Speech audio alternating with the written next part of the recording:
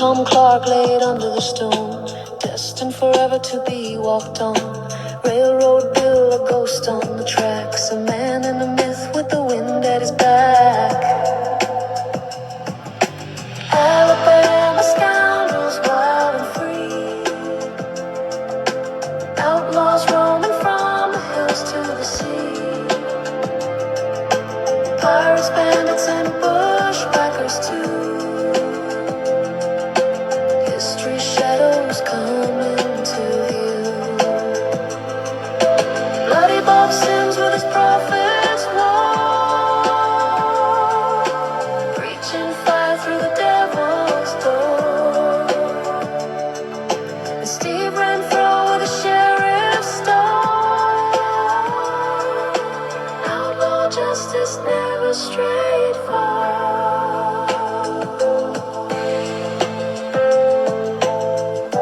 Y'all, Jamie here. Welcome to the Speakeasy.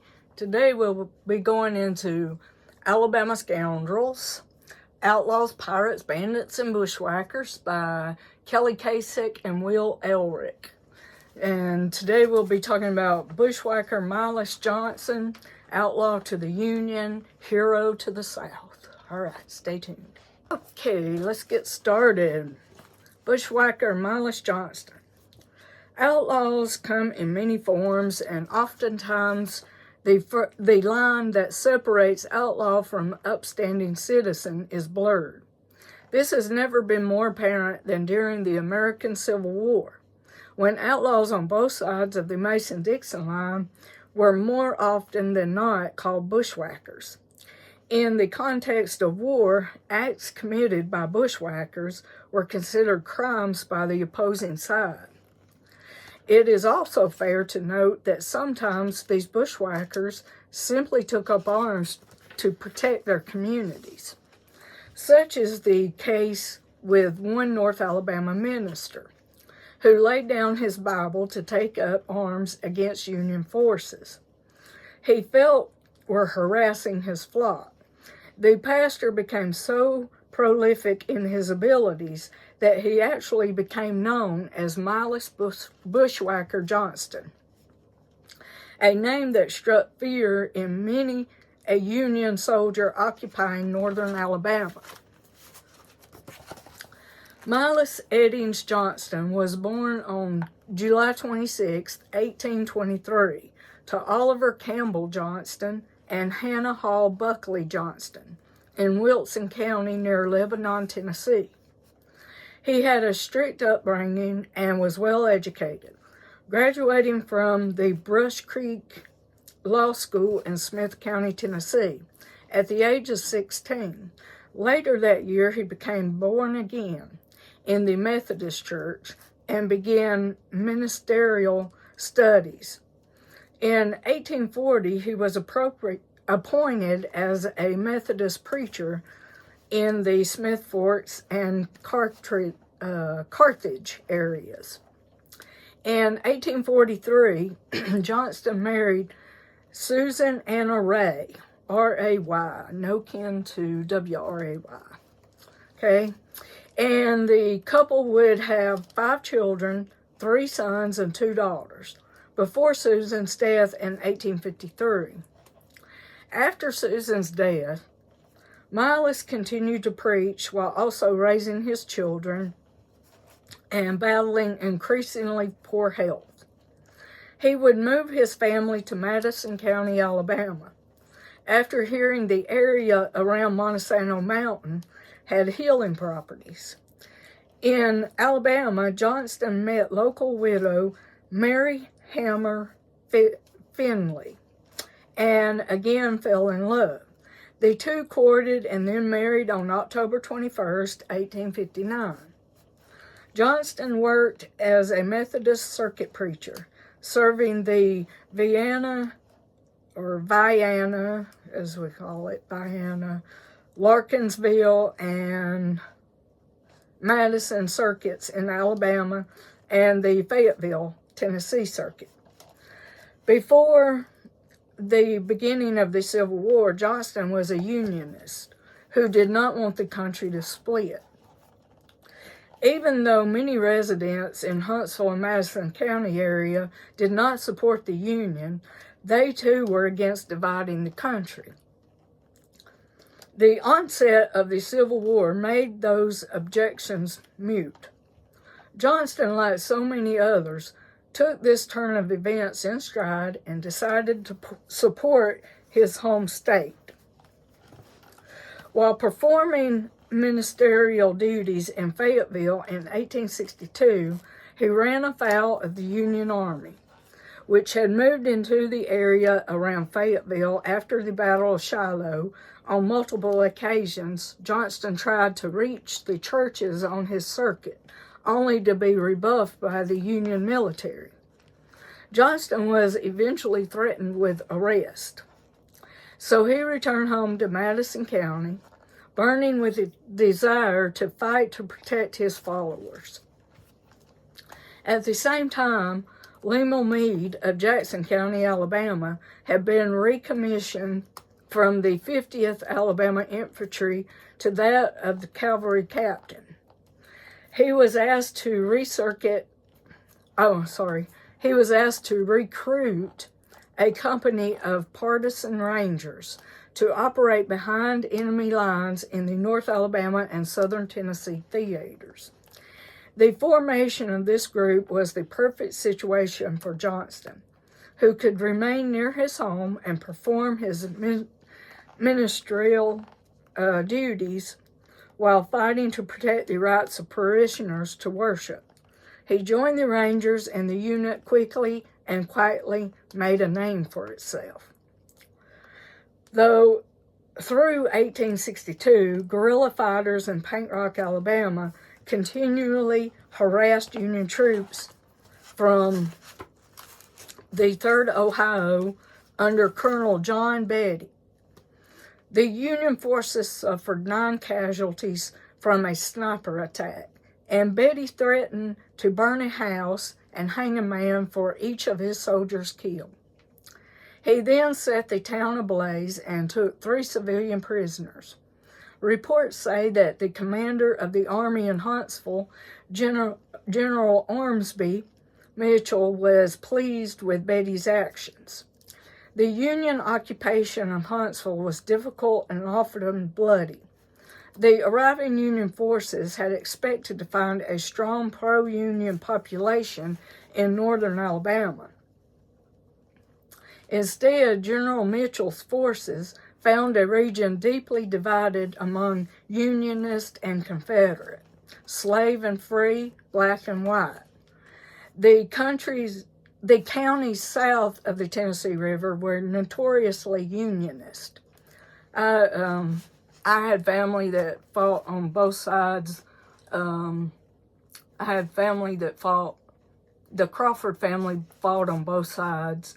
I think the Ray family fought for the Confederates, and the Wheeler family, one of my ancestors, General Joseph Wheeler, Fighting Joe Wheeler, he was Confederate. So, but on to the story. Okay. The counties south of the Tennessee River were notoriously Unionist, populated with farmers who had no interest in struggles to preserve slavery. Okay, we were south of the Tennessee, and we were kind of, it was more, I don't know. I know that my Ray ancestors, like I said, my Ray and Wheeler ancestors were the South, fought for the South. I know none of them that fought for the North. My Crawford ancestors fought both for the North and the South. So, anyway. However, farmers joined with large slave owners in the river bottoms and fertile plains that were ideal for cotton planting. Unionists and secessionists in northern Alabama were neighbors, business partners, and kin. Geographically and custom tied the region economically to Tennessee to the north. Even in this politically charged environment, pro-Confederate sentiment grew and guerrilla attacks increased and were met with escalating reprisals. General Mitchell found it difficult enough to maintain order in his widely spread forces, and the guerrilla attacks exasperated a vital situation. He begged his commanders for more troops, particularly cavalry. He wired to Washington that armed citizens fire into the trains, cut the telegraph wires, attack the guards of bridges, cut off and destroy my couriers, while guerrilla bands of cavalry attack whenever there is the slightest chance of success. But the general never received his reinforcements, and the cycle of violence in the area continued. In September 1862, the Union Army pulled out of the area, leaving Meade and his forces with limited activities to pursue. It also gave respite to the citizens who had been living in the middle of the guerrilla violence and Union retaliation. This period of deceased activity provided time for Meade's forces to train and develop other skills that the soldiers would need when the Union Army returned in 1863. In January 1864, Meade was authorized to expand his company into a cavalry battalion. Meade's men, including Johnston, who was now a captain, constantly harassed the Union invaders, attacked the railroad, captured wagon trains, broke up foraged parties, and forced the Union Army to keep several regiments dedicated to defending against them. In November and December 1864, the battalion assisted the 4th Alabama Cavalry in support of General John Bell Hood's Nashville campaign. But this was not the unit's most famous operation. That came on New Year's Eve, 1864. The still unnamed Rangers conducted a raid on the Union detachment at Paint Rock Bridge. The small Confederate force captured roughly 50 soldiers of the 18th Wisconsin Infantry, along with a Union howitzer, a great accomplishment for the small group. The capture earned it the notice of the Confederate brass. In March 1865, Meade received an appointment to colonel and was authorized to reform his men into an official regiment, which became known as the 25th Alabama Cavalry and the 27th Tennessee Cavalry. Captain Johnston, who by now had earned the nickname Bushwhacker, was named a lieutenant colonel and placed in command of the 25th Alabama. But these units would be short-lived. With the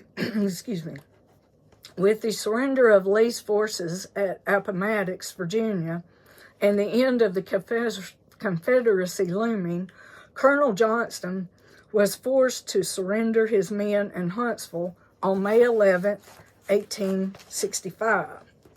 Colonel Meade and his 27th Tennessee held out for a few more weeks, encamped on Brindley Mountain, but they also disbanded by the end of May 1865. I live on Brindley Mountain, so maybe I can find that place. I'm not sure exactly where they were. I know that they were in Huntsville too, but I'm not sure where they were here. I'm going to have to do some research on that. All right. With the war over, Miles Eddings Johnston returned to his home in New Hope, where he resumed his life of dedication to the ministry. He preached for the next 30 years before retiring in 1895. As his hearing began to fail, later in life, Johnston hesitated to talk about his experiences during the war, preferring instead to talk about the ministry. Johnston returned to Tennessee, where he peacefully passed away on October 8, 1915, at the age of 92. All right, well, hope y'all enjoyed that, and I wanted to say that, yes, the Civil War was fought because of slavery and because we didn't want to break apart the country. You know, I am thankful that the North won. I know that I go back and forth with my friend. She's from up there in Ohio, and she's a Yankee through and through. But we have a good time going back and forth with it. And but you know, I'm thankful that the North won, because if they didn't, we would still have that slavery, probably, unless that it just died itself out. I'm not sure. But, so I'm thankful that the North won, but the South will rise again. All right, see you soon.